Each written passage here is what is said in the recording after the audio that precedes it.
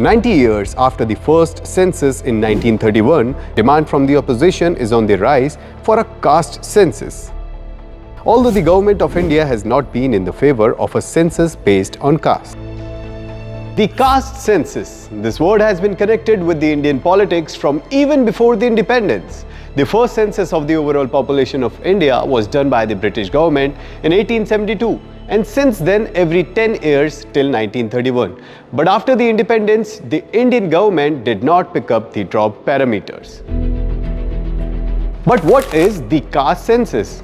Like census is the procedure of systematically acquiring, recording and calculating information about the members of a given population. The same way, the caste census is the caste-wise breakup of the Indian population that would not only include the scheduled castes and scheduled tribes, but also other castes as well in the number of the percentage and terms. While India publishes separate data on scheduled castes and scheduled tribes, since the first exercise in independent India in 1951, the census does not include data on other castes. But in 1979, the JP government took the step to identify the socially and educationally backward classes of India. The responsibility was given to BP Mandal, ex-CM of Bihar and a parliamentarian. The commission formed under his leadership was called the Mandal Commission.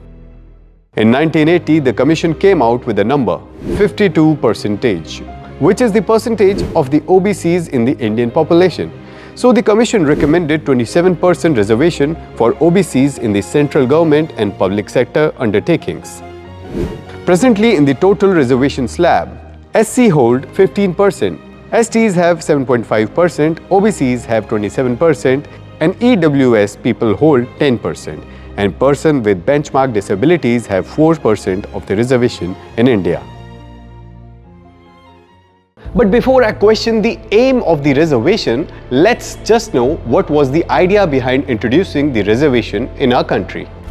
Reservation in India were introduced to rectify the past and historical injustice against the backward classes in India, to ensure that equal representation can be seen from people belonging to all castes in the services under the state and the center, to provide an equal platform for everyone irrespective of their caste, to promote and advance the backward classes. In totality, we can say that the reservation was introduced to uplift the vulnerable groups of the society. But how do we check if the population of the section has grown or not?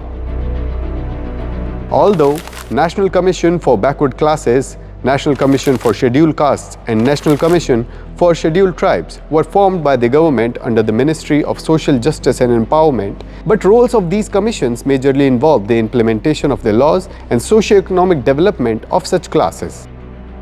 But there is no measure to check whether the people of certain section have come out of the vulnerability. The only measure for that is the caste census, which would let the government know whether the reservation has worked for these backward classes or not. But why are the governments reluctant in carrying out a caste census? We'll answer this question, but in our next video. Stay tuned.